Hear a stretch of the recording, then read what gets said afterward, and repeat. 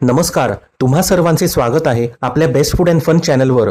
आज आपण एअर फ्रायरमध्ये अगदी सोप्या पद्धतीने शेंगदाणे कसे भाजायचे ते पाहणार आहोत। सर्वप्रथम मी कच्चे शेंगदाणे नीट स्वच्छ धुवून घेतले। नंतर ते मायक्रोवेव्हसाठी योग्य असलेल्या काचेच्या भांड्यात ठेवले।